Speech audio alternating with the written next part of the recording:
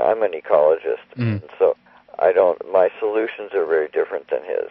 Yeah, but let's talk a little bit about Big Al, as it were. Do you think he's is he doing a good job or a bad job? There's a lot of opinions out there, but at least he's bringing this topic to the attention of a lot of people. What's your take on his on his work on global warming? Well, he's quoting a lot of science, climate science, and it does go back, 50 years, and he did begin this work of exposing science, real climate science, in the 70s and 80s, and he published the biggest book in that subject in 1992 called Earth in the Balance. Yeah. Wonderful.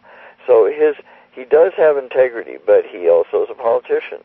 So he is working with the corporations that and the agencies that he feels are going into honesty and working for people's solutions. But his solutions are not very organic. They're not very home-based. He's going on the big scale. And permaculture and community cooperation is local. We call it powering down or home scale. Yeah. Anybody can do it. You can just meet your neighbors and start bicycling and growing food and trading locally. There's lots of farmers markets. Europe probably has more farmers markets than America. Yeah, that's interesting that you say that. The solutions part in one way doesn't seem to be the strong case when speaking about Al Gore. I'm just thinking about very simple technologies like France has been developing a car that actually runs on air, compressed air. Have you ever heard about that?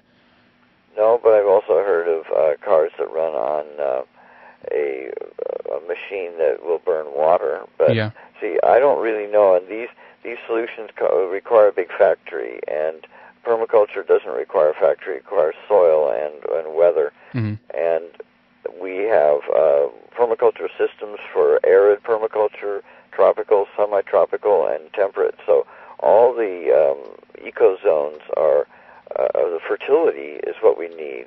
We don't need a car. A car is just going to take more imported goodies, more factories, and more military to keep the economic system supporting all those factories.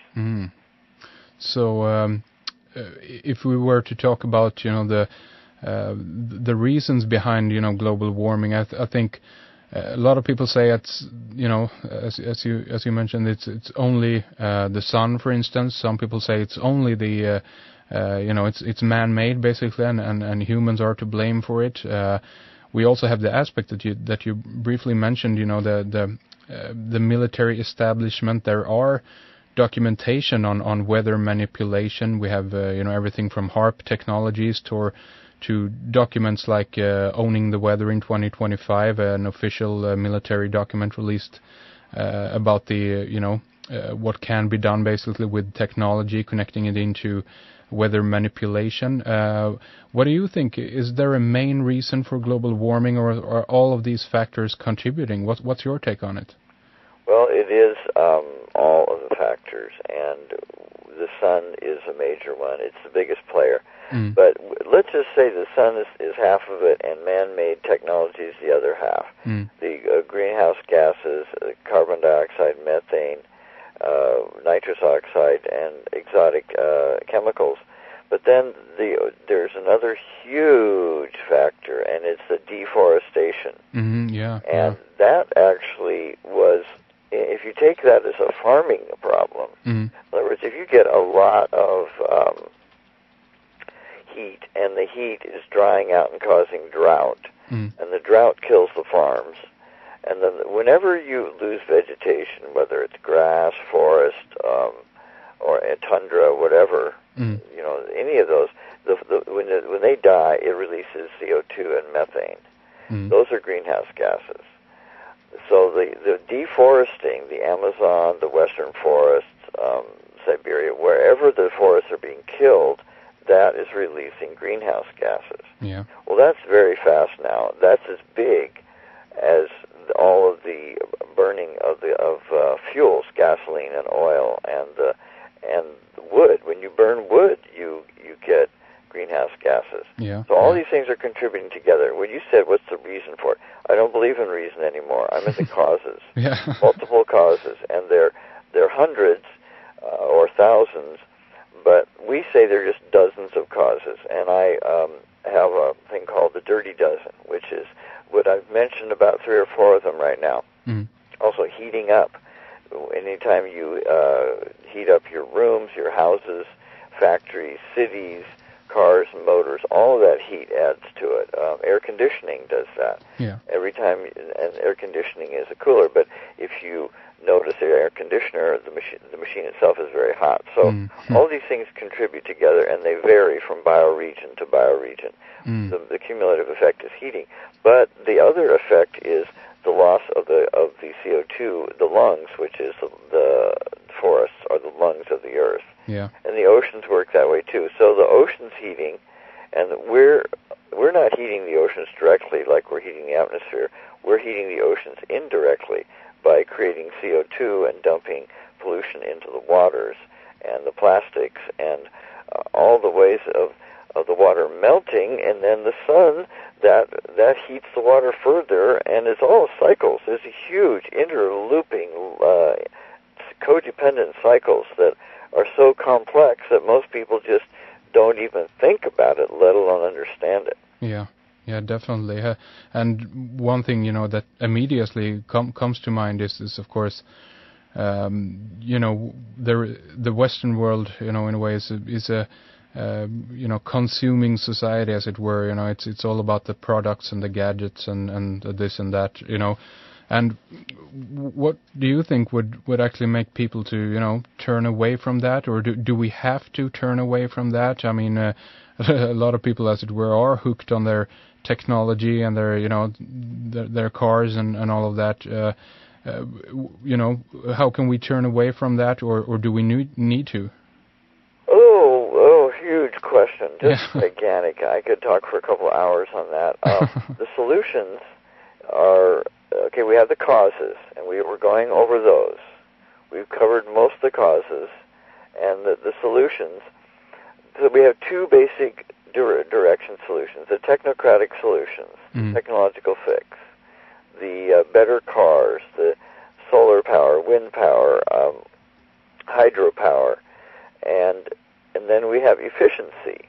Now, if we do get extremely efficient technology, solar power and wind power, the 2 most known, and hydropower, those are several times more efficient in producing energy and clean in the way that they produce it than the burning the coal power and the nuclear power and all these dirty power sources. Yeah. Okay, but then what can you do at home?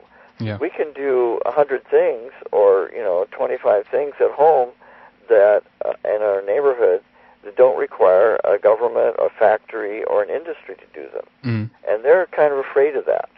This is it's a green revolution at home, but the problem with the green revolution is that the term green revolution was invented in the 1950s with the chemical farming, and the farming is a big problem because they use chemical fertilizers and pesticides, herbicides, and drugs to inject the cows and chickens and the pigs. So it's learning, the big thing is learning how we're dependent on these importing and industrial cycles and what to do at home in our neighborhood. Well, bicycling is probably the most down-home, simple, energy-saving, health-giving solution in the world. Yeah. And aerobics, jogging and running around. I mean, in a way, it's second childhood. Yeah. Well, no, I'm going to sit in my chair and I'm going to consume whatever I want. I worked hard. I can do this. Yeah, well, yeah, right. but does it make you happy? Does it make you healthy? Are you getting to know your neighbors, or does it cut you off? People are getting more and more cut off with their computers. I mean, it's a great paradox. It is. Yeah, that's very interesting. How about I hear a lot of propositions about cutting away on the meat altogether, because there's as it were, there's a lot of cows in our world because of the meat industry, and a lot of they release, of course, methane in their waste, as it were, go vegetarian. Is that a recommendation? Well, I'm glad you brought that up because it's one of the hugest causes of man-made greenhouse gases. And again, we're not farting the cows. The cows are doing that. Yeah. And the cow poop releases CO2 and methane, and it's extremely big cause of. We say over here, and I'm sure in Europe, that we have 50 million pigs and 100 million cows. I don't know how many that is. Oh, and the chickens. We have millions of chickens, too. Yeah. And so that's true. The eating of the meat is a tremendous suck on the ecology and the industry. The industry, the cows, when the cows are making so much gas. I mean, here we got all these trains, planes, cars, and trucks farting all these gases, and the cows are doing it. Yeah, sure. And in New Zealand is one of the most. It's the most ecological country in the southern hemisphere. And what they're just doing is to start last year, I believe, is that they just are. This is impossible. They're actually taxing sheep growers because there's millions of sheep. England and in New Zealand have millions and millions of sheep. And I mean, it's a huge industry. You know, the whole thing about wool and sheep, eating sheep, and sheep's milk and sheep cheese and all that. Because sheep are very productive, you know, as far as what we need. Well, they're making gas. The sheep are, so they're taxing the sheep in New Zealand for the gases. Yeah. It's absurd. Well, the taxing itself doesn't stop the sheep's farting. So what's that about? That's right. Well, I mean, this is all of this. Of course, is a very difficult question, as it were, because there is a lot of people, working within these industries and so forth, and I guess, if we were to drop this over a day, as it were. A lot of people would be, unemployed. A lot of, economic, chaos would be a consequence because of this. How do, any ideas on how to go about, in slowly phasing out this, or any suggestions there, Yeah. Well, you're bringing up the issue of chaos, economic chaos. Well, the economic system, war economy, and factory industrial pollution and waste are chaos themselves. So those are causing toxic chaos with stress and greenhouse gases and waste of resources. So we're wasting resources tremendously fast here. Europe is more efficient than America. America actually is proud of waste. It's quite bizarre, and it's kind of psychotic. People could be proud of waste. And there's 1,000 ways to save energy yourself at home and in your community. The websites, if you look on, there's lots of ways just to save energy, to become aware of efficiency and how to save energy at home and in your neighborhood, and neighborhood recycling stations and neighborhood bicycles and neighborhood gardens and neighborhood compost piles and neighborhood mulch and neighborhood care centers. We've just lost the ability to be efficient. Now, I understand that Germany is probably the most efficient country in Europe. Is that true? No idea, actually. That's interesting that you say that, but I think so. I don't know. What does that imply? Do you think that do they have a long culture with agriculture, or are they better on making things more efficient, or what do you think that is? Well, Germany and Japan are the two most efficient technology countries. And Bucky Fuller, he was a technocrat, but he was a genius in terms of studying all this. He was helping us learn about the Earth metabolics. In other words, the energy that we use to make energy, the energy that we use to make a product. So that should be, on the products you have ingredients listed. There should be if we're going to really do efficiency, which I believe in the grassroots approach, the down home approach, we should list number of calories and megawatts and energy that it took to make a product. Yeah. And see, that's what real efficiency